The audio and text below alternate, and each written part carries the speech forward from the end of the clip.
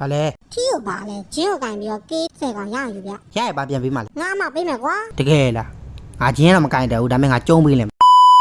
အားလုံးပဲမင်္ဂလာပါကျွန်တော်နာမည်တီယိုဖြစ်ပါတယ်ကျွန်တော်ဒီနေ့မှာတော့ကျွန်တော်တကယ်ချင်းတယောက်ကချဲလန့်ခေါ်ထားရပေါ့နော်ဂျင်းနဲ့10ကောင်တက်ပြမှာဖြစ်ပါတယ်မှန်တယ်ပြောရင်ဂျင်းကမကင်တယ်ဘူးကျွန်တော်လင်းနဲ့ခလုတ်ပဲကောင်းတယ်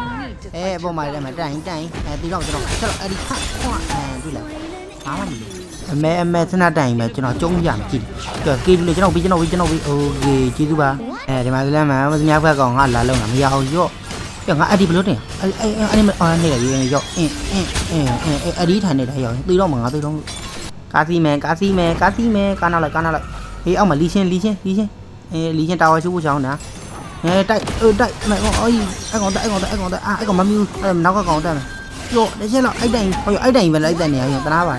အဲ့ကောင်တွေငါတို့ကားကြီးကိုမမြင်ဘူးမလားရော့အချက်စီယိုကြီးအဒီနေ့ဘမ်ရော့တော့ခေါ်လို့ဆိုရလိုက်အေးပါ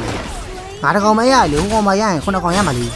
ဟိုတန်ကြီးမင်းသွေးတစ်သက်လေးနဲ့မပြေးဘာလို့မရော့တစ်ချက်ရလဲသေသွားအေးအဲ့ကောင်မကြောအဲ့ကောင်မရရင်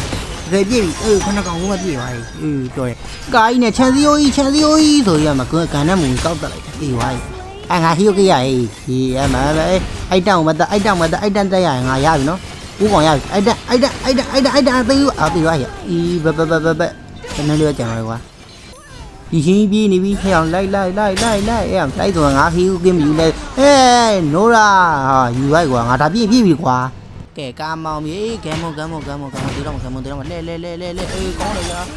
လဲကောင်းတယ်ရကောင်းပါရငါ10ကောင်ပြေးသွားပြီရောက်ခါကြီးမင်းက10ကောင်ကြည့်ရမြင်လား